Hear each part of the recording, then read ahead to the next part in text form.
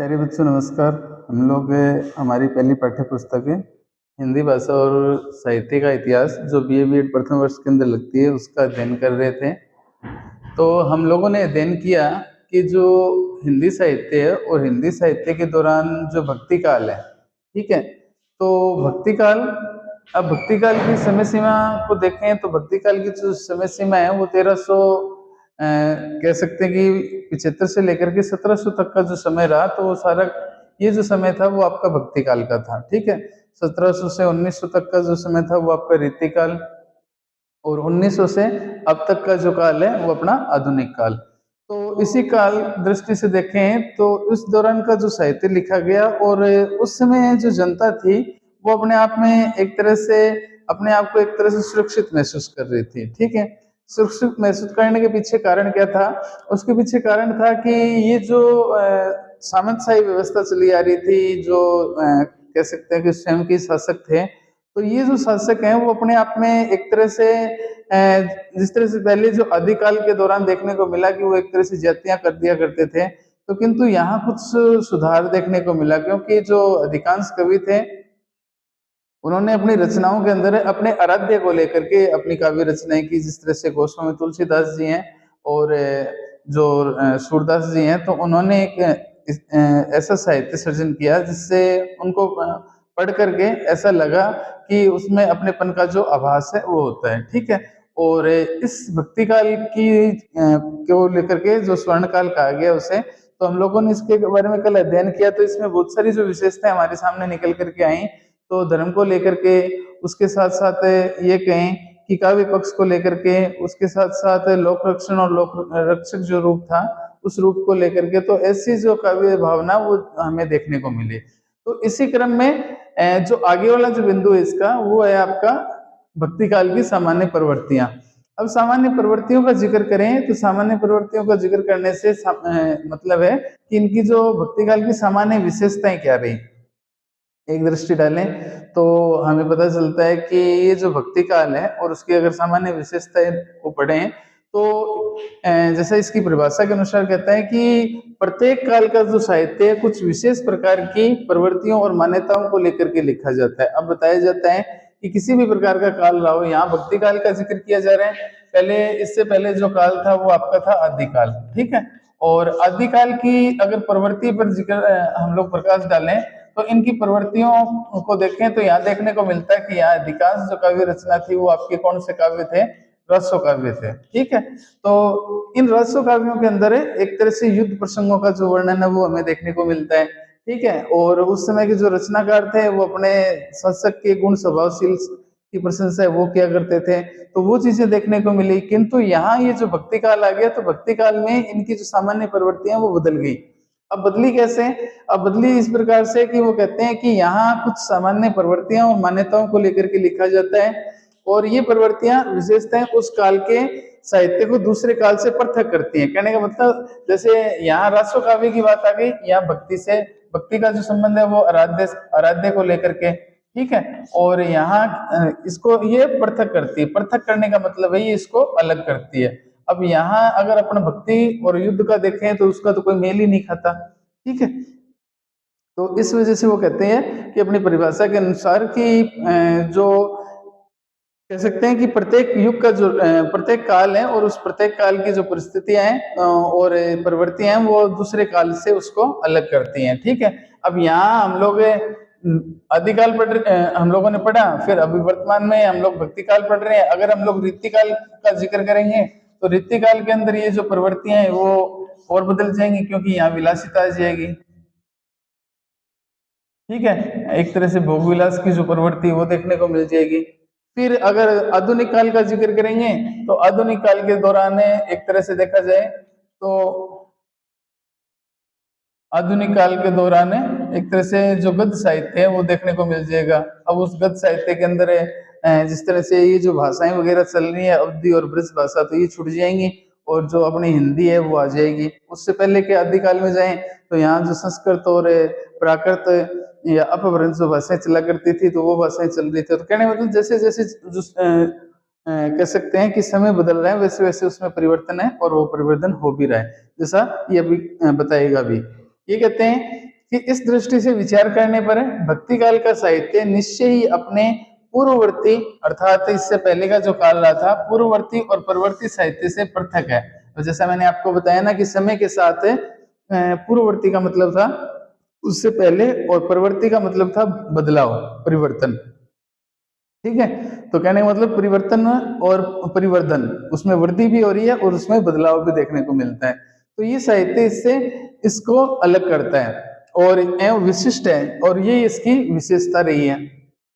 अब वो कहता है कि हिंदी साहित्य में भक्ति काल अपना एक विशिष्ट स्थान रखता है। अब उन्होंने बताया कि ये जो अपना हिंदी साहित्य है, जैसे हिंदी साहित्य, हिंदी अपनी क्या हो गई, भाषा हो गई, और साहित्य क्या हो गया, साहित्य समाज का दर्पण हो गया। ठीक है, और उसके साथ साथ ये कहता है कि जिस तरह से प्रत्येक युग का जो साहित्य है ना, वो प्रत्येक युग का साहित्य हमें ये कह सकते हैं कि अपने उस युग की विशेषताओं को उजागर करता है। उस युग की जो कह सकते हैं कि वास्तविक स्थिति है उसका हमें एक तरह से उसकी जानकारी देता है। ये मान के चलो, जैसे ये मान के चलो कि जो प्राचीन अपना युग रहा, तो प्राचीन युग के अंदर जैसे जैसे इसको छोटे से उदाहरण से समझने की कोशिश करें तो जैसे ये कहते हैं कि जैसे हर 5 साल में सत्ता परिवर्तन होता है।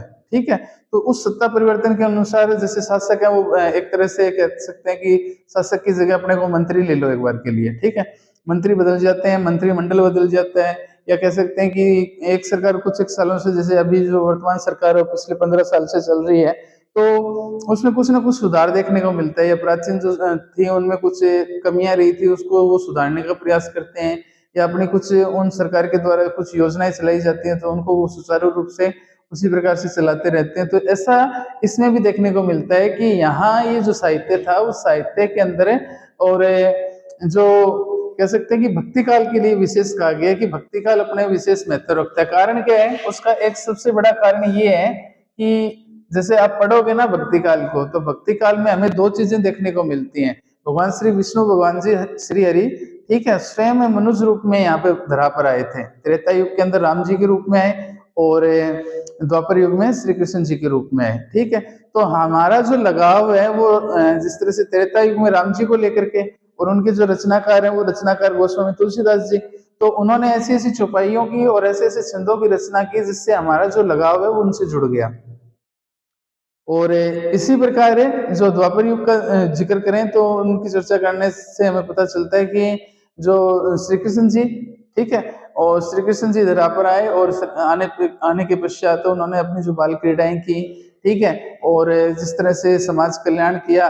अब दोनों युगों का जिक्र करें तो दोनों युगों के अंदर महाकाव्य लिखे गए, दोनों युगों के अंदर महाकाव्य लिखे गए, और जो इतिहास में आज भी हम लोग उतने ही इज्जत और सम्मान के साथ पढ़ते हैं। जैसे देखा जाए तो राम जी आए थे, तो राम जी आने के साथ साथ रामायण की रचना हुई। ठीक है, और वहां रामायण की रचना करने का एक ये उद्देश्य नहीं था कि उन्होंने आकर के और कुछ ऐसा किया, वहां उन्होंने ये बताया कि असत्य पर सत्य की विजय, अहंकार का उन्होंने विनाश किया। ठीक है, अब देखा जाए तो अहंकार का, जिस तरह से रावण को अपनी जो कह सकते हैं कि शक्ति पर अहंकार था, ठीक है, उनके यहाँ जो साम्राज्य था वो सोने की लंका थी, तो उनका जो अहंकार को उन्होंने सामान्य मनुष्य के रूप में, क्योंकि रावण को इस तरह का एक वरदान मिला हुआ था, ठीक है, कोई मुझे इस तरह से मार नहीं सकता, तो एक तरह से उसी जो कह सकते हैं सामान्य पुरुष के रूप में जन्म लेकर के और अपने जो आदर्श है उनकी आदर्शों की स्थापना उन्होंने की। इसी क्रम में देखें तो यहाँ श्री कृष्ण जी द्वापर युग के अंदर आए तो उन्होंने भी एक तरह से महाकाव्य की रचना कर दी। महाभारत हम लोग पढ़ते हैं, ठीक है, तो उस महाभारत के दौरान भी कुछ ऐसा हुआ कि जो एक तरह से कह सकते हैं कि अधर्म पर धर्म की विजय।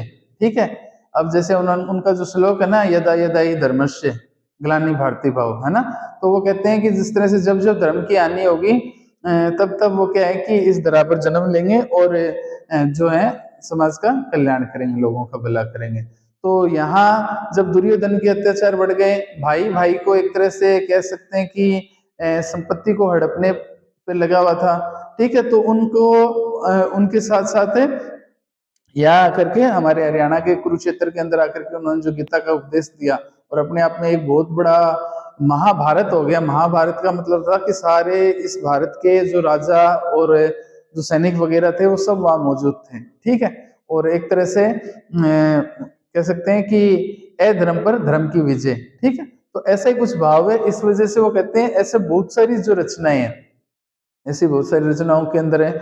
सामान्य सी दृष्टि डालें तो जैसे मीराबाई का नाम आप लोगों ने सुना है, तो मीरा जी भगवान श्री कृष्ण की आराध्य भक्त थी। ठीक है, उसके साथ साथ जिस तरह से जयपुर, हाँ आपने नाम सुना, जयपुर के जो राजा जयसिंह है उनकी जो पुत्री थी वो भी गोविंद जी की मतलब अन्य भक्त थी। तो उनकी खातिर स्वयं भगवान कह सकते हैं कि अपने आसन से उठ करके और स्वयं भक्तों का कल्याण करने के लिए वहां तक आए। ठीक है, जैसे मीरा जी की खातिर कहा जाता है कि भगवान जी ने कि रणछोड़दास जी के मंदिर में उनको, उस मूर्ति में मीरा है वो समाहित हो गई थी। ठीक है, तो इस तरह से उनका कल्याण किया। जैसे नानी बाईरा मायरो आप लोगों ने पढ़ा होगा, नरसी भगत है। ठीक है, राग केदार है, राग सोरठा है, उसके साथ साथ ये कह सकते हैं कि धन्ना भगत है। तो ऐसे भक्ति काल के बहुत सारे कवि रहे, रसखान जी हैं। ठीक है, तो ऐसे बहुत सारे कवि रहे और उन कवियों की ऐसी रचनाएं रही जिससे क्या है कि समाज का कल्याण है वो होता चला जाए।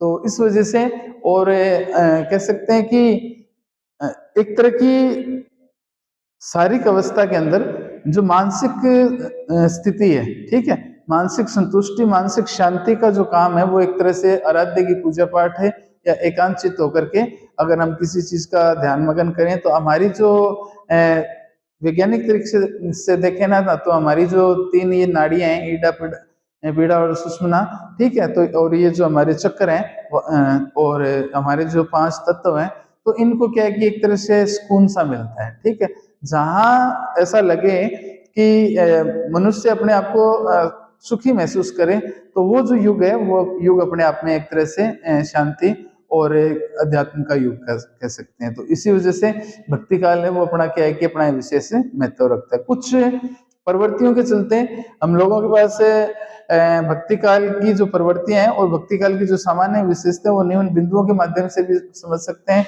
और भी कुछ अनेक कारण हैं, इनको भी हम समझने का प्रयास करेंगे। इसके साथ साथ वो कहते हैं कि भक्ति काल अपना विशेष स्थान रखता है इस युग के साहित्य में।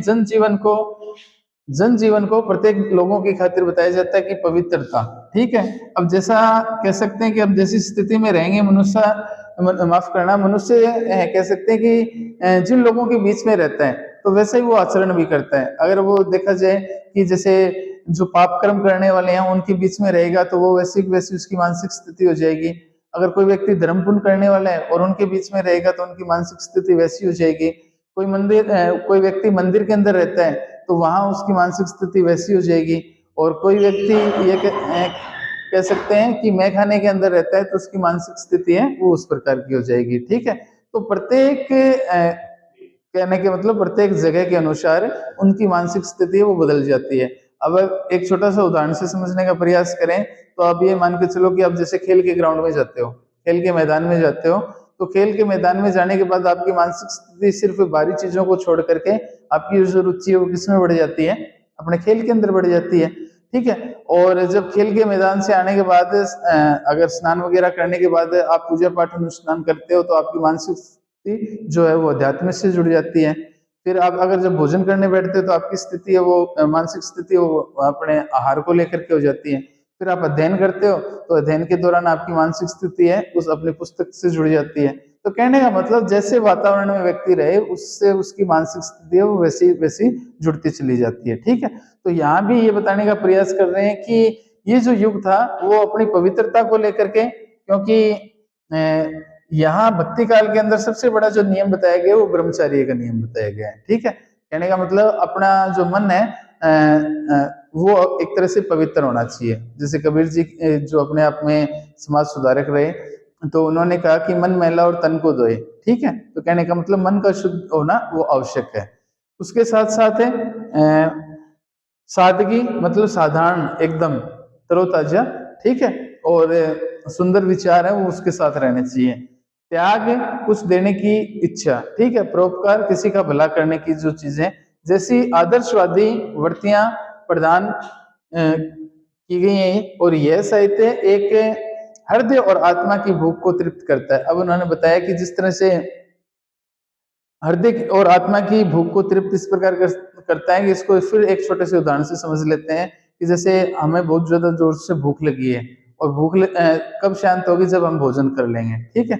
उसी प्रकार वो कहते हैं कि जब आध्यात्मिक शांति के लिए वो सोचता है कि जब मन के अंदर अनेक प्रकार के जो विकार चल रहे हैं और उन विकारों को लेकर के मन अशांत है, तो उस दौरान वो क्या करेगा कि आप उस स्थान को छोड़ करके आप किसी मंदिर देवालय के अंदर चले जाओ, ठीक है। और वहां जाकर के और कुछ समय के लिए 15 मिनट, 10 मिनट, आधी घंटा, 1 घंटा आप शांत होकर चुपचाप बैठा रहना है आपको, ठीक है। तो धीरे धीरे वो जो कह सकते हैं कि नेगेटिवपन है ना, आपका नकारात्मक जो विचार है वो धीरे धीरे ढलने शुरू हो जाएंगे और उसके बाद जो सकारात्मक सोच है वो बढ़नी शुरू हो जाएगी, ठीक है। आपका वो जो ध्यान है, वो मेडिटेशन है, वो क्या है कि उस चीज से छूटता चला जाएगा, ठीक है। तो ठीक कुछ इसी प्रकार से वो इन्हें समझाने का प्रयास करता है। उसके साथ साथ ये कहते हैं कि इस प्रकार की जो वृत्तियां वो देखने को मिली, इस प्रकार ये भक्ति काल के जो साहित्य की जो विशेषताएं और प्रवृत्तियां हैं वो उन्हें अलग करती हैं। भक्ति काल की अगर सामान्य विशेषताओं और प्रवृत्तियों को समझने का प्रयास करें तो ये जो चीजें हैं वो हमारे सामने निकल करके आती हैं कि इस दौरान का जो साहित्य है वो साहित्य की जो सामान्य विशेषताएं, उन सामान्य विशेषताओं के खातिर वो कहता है कि सबसे पहले नाम की महत्ता। नाम की महत्ता का मतलब क्या है कि नाम है वो सबसे बड़ा है। अब जैसा हम लोग रामायण का जिक्र करें तो रामायण के अंदर गोस्वामी तुलसीदास जी कहते हैं कि राम से बड़ा राम का नाम, ठीक है। अब वो पत्थर भी तैरेंगे जिन पे लिखा हुआ श्री राम, ठीक।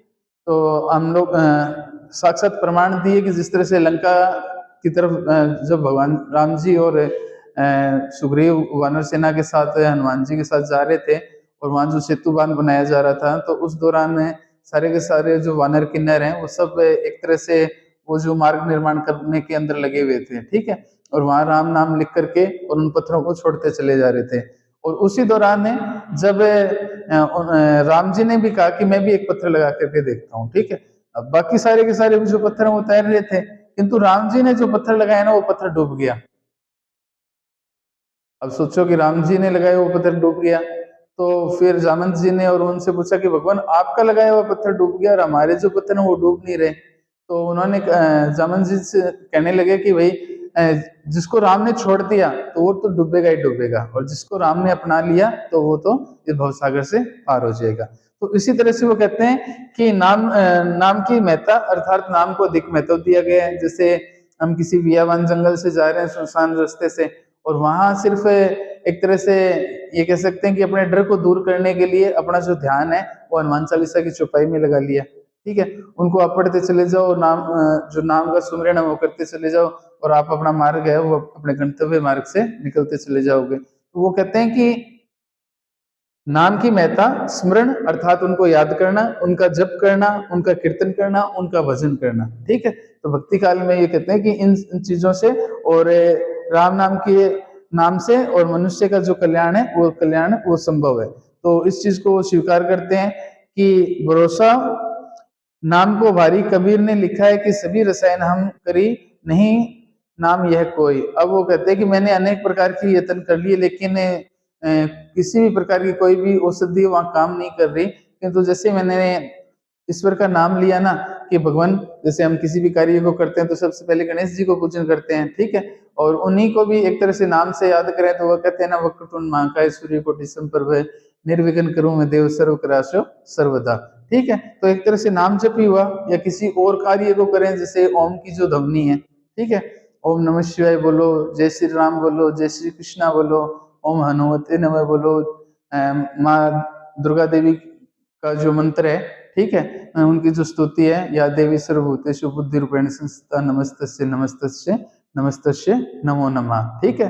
तो चाहे माँ सरस्वती का वंदन करो, महालक्ष्मी जी का वंदन करो, भगवान शिव जी का वंदन करो। तो कहने का मतलब ये कि राम जो नाम जो है वो अपने आप में एक तरह से परिपूर्ण है, ठीक है। और जब नाम स्मरण होगा, उन्हीं का जो भजन कीर्तन होगा, या कह सकते हैं कि जब तप होगा, तो स्वाभाविक सी बात है कि उसमें संयमता आएगी और मन की जो पवित्रता है वो बढ़ती चली जाएगी। तो इसको लेकर के वो कहते हैं, फिर वो कहते हैं कि गुरु की महिमा भक्ति काल में विशेष स्थान रखती है। और भक्ति काल में विशेष स्थान रखने की खातिर वो कहते हैं कि जिस तरह से कह सकते हैं कि बिना गुरु के तो ज्ञान अधूरा है। अगर मारवाड़ी भाषा में कहें तो बिना गुरु के कोई भी शिष्य वो नुग्रा है, ठीक है। नुग्रा मतलब बिना गुरु के, ठीक है। और बिना गुरु के कोई भी व्यक्ति, कोई भी शिष्य वो पार नहीं पा सकता। अब आपने देखा कि गुरु द्रोणाचार्य थे, गुरु द्रोणाचार्य के जो शिष्य थे वो अर्जुन थे। उन्होंने अर्जुन को उन्होंने धनुर्विद्या सिखाई, जबकि एकलव्य ने क्या है कि उन्हीं की एक प्रतिमा बना करके मिट्टी की टीले के पीछे बैठ करके और वो भी धनुर्विद्या में प्रवीण हो गए, कुशल हो गए। किंतु जब उनसे पूछा गया कि आप इतने सुंदर जो ये जो धनुष बाण कैसे चला लेते हो, तो उन्होंने बताया कि आपके गुरु कौन है। तो उन्होंने कहा कि श्रीमान आप ही हो मेरे गुरु। तो क्योंकि मैंने तो आपको शिक्षा दी नहीं। तो कहते हैं कि गुरु जो शिक्षा देता है उसके बदले दीक्षा भी देनी पड़ती है, ठीक है। कुछ ना कुछ उनको दीक्षा के रूप में भी देना पड़ता है। तो अपने शिष्य को श्रेष्ठ दिखाने के लिए और द्रोणाचार्य जी ने एकलव्य से क्या मांग लिया था, उनका अंगूठा मांग लिया था, ताकि वो उनको धनुष के ऊपर बनी प्रत्यंजय है वो ठीक से चढ़ा ना सके, ठीक है। क्योंकि उन्होंने तो वो कहते हैं कि उन्होंने विद्या को चुराया था। तो चुराया हो हालांकि, लेकिन कह सकते हैं कि वहां उन्होंने उनसे शिक्षा ली क्योंकि वो एक शूद्र थे, ठीक है। और वहां उस समय की जो प्रथा चली आ रही थी वो प्रथा ऐसी थी कि जो क्षत्रिय वंश के हुआ करते थे या ब्राह्मण थे, ठीक है, शूद्रों को शिक्षा का जो प्राप्त करने का अधिकार ही नहीं था। तो यहाँ बताया कि ब्राह्मण जो थे या कह सकते हैं कि जो क्षत्रिय थे वो ही शिक्षा ग्रहण किया करते थे। तो इस तरह से उन्होंने बताया कि गुरु की महिमा भी अपना विशेष स्थान रखती है। फिर कबीर जी की एक जो साखी है, गुरु गोविंद दो खड़े काके लागू पाए, बलिहारी आपने गोविंद दिया बताए, ठीक है। तो वो कहते हैं कि मैं आप पे बलिहारी जाऊं और आपने मुझे गुरु और आपके माध्यम से मुझे जो मेरे विशेष कह सकते हैं कि गोविंद है उनकी प्राप्ति हुई, अन्यथा मैं तो जानता ही नहीं था कि कौन गुरु है और कौन है गोविंद है, ठीक है। तो इस प्रकार वो कहते हैं कि यहाँ जो गुरु की महिमा है, तो गुरु की महिमा भी अपना महत्व रखती है और गुरु को अपूर्व महत्व प्रदान की गई है। मतलब गुरु को एक विशिष्ट स्थान है और एक विशिष्ट महत्व दिया गया है। प्राचीन समय के अंदर देखा जाए तो जिस तरह से जो राजा की सभा लगती थी, उस राजा की सभा के दौरान यहाँ गुरु का पद भी अपने पास में ही रखा जाता था, ठीक है। और गुरु को भी एक तरह का विशेष स्थान है वो प्रदान किया जाता था। तो इस कारण वो कहते हैं कि यहाँ गुरु का जो महत्व है वो और अधिक बढ़ जाता है। उसके बाद है अहंकार का त्याग। अहंकार के त्याग का जिक्र करें तो वो कहते हैं कि अहंकार, ठीक है, घमंड, तो उसको हमेशा ही उनकी खातिर बताया कि हमें अहंकार है वो नहीं रखना चाहिए। अहंकार के चलते ही जो रावण है, रावण की लंका है, उनका भी विनाश हो गया था, ठीक है। तो इसको लेकर के भी वो कहते हैं कि यहाँ अहंकार को लेकर के भी एक तरह से कहा गया है कि हमें कभी भी अपने जीवन में अहंकार नहीं करना चाहिए। और अहम भावना के दर्शन के कारण ही कह सकते हैं कि तुलसी ने दैन्य भावकारक उदाहरण प्रस्तुत किए। राम सो बड़ो है कौन, कौन है मोसो कौन है छोटो, राम सो खरो है कौन है मोसो कौन खोटो। अब वो कहते हैं कि राम से बड़ा कोई नहीं, ठीक है। और अहंकार से बड़ा कोई खोटा नहीं, ठीक है। जो कह सकते हैं कि अहम का जो भाव आ गया ना, वो कहते हैं कि एक पंक्ति है, जब मैं था तब हरि नहीं थे और जब मैं नहीं हूं तो हरि नहीं है, ठीक है। कहने मतलब हरि है। तो मैं का मतलब क्या है, एक तरह से अहंकार, मैं तो होनी ही नहीं चाहिए, ठीक है। तो इसके लिए मना किया है कि जितना साधारण और जितना सादगीपूर्ण रहोगे, विनम्रता पूर्वक रहोगे, वो उतना ही श्रेष्ठ होगा। इसी क्रम में वो कहते हैं कि अध्यात्मवाद, तो अध्यात्मवाद का जो संबंध है वो भक्ति काल से है। और भक्ति काल के साथ साथ है इसमें बताया गया कि इस काल के साहित्य में सबसे बड़ी प्रधान विशेषता अध्यात्मवाद की है।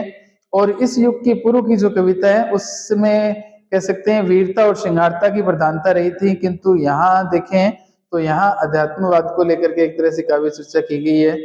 उसके साथ साथ साधु संगति का महत्व, तो साधु संगति के महत्व को लेकर के भी वो कहते हैं कि हमेशा साधुओं के साथ है या साधुओं की संगत करनी चाहिए। कहने का मतलब अभी थोड़ी देर पहले हम चर्चा कर ही रहे थे कि जैसे व्यक्तियों के साथ रहोगे हम लोग, उसी प्रकार का हमारा जो आचरण है वो होता चला जाएगा, ठीक है। तो इसको लेकर के भी वो कहते हैं सुधारवादी दृष्टिकोण के अंतर्गत कहा गया है कि ये जो भक्ति काल था, उस भक्ति काल के अंदर तीन प्रकार के जो सुधार देखने को मिले। एक तो सबसे पहले देखा जाए तो राज्य सुधार, ठीक है, राज्यों के अंदर एक तरह की जो कह सकते हैं कि जो रचनाएं हैं वो देखने को मिली। उसके साथ साथ ये रहा कि धर्म को लेकर के जो एक तरह से सुधार है वो देखने को मिला, और समाज को लेकर के जो सुधार है वो देखने को मिला। तो इस दृष्टि से ये रहा। उसके बाद इनके ऊपर भी हम लोग विस्तृत रूप से चर्चा करेंगे।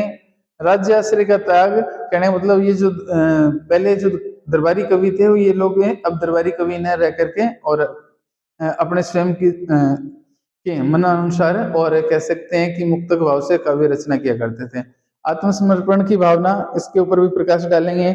उसके साथ साथ अनेक उपासना पद्धतियों और काव्य धाराओं का वर्णन है, तो इसका भी हम लोग अध्ययन करेंगे। भाव पक्ष की प्रधानता के ऊपर भी चर्चा होगी। श्रृंगार और शांत रस की प्रधानता रही इस युग के दौरान, इसके ऊपर भी प्रकाश डालेंगे।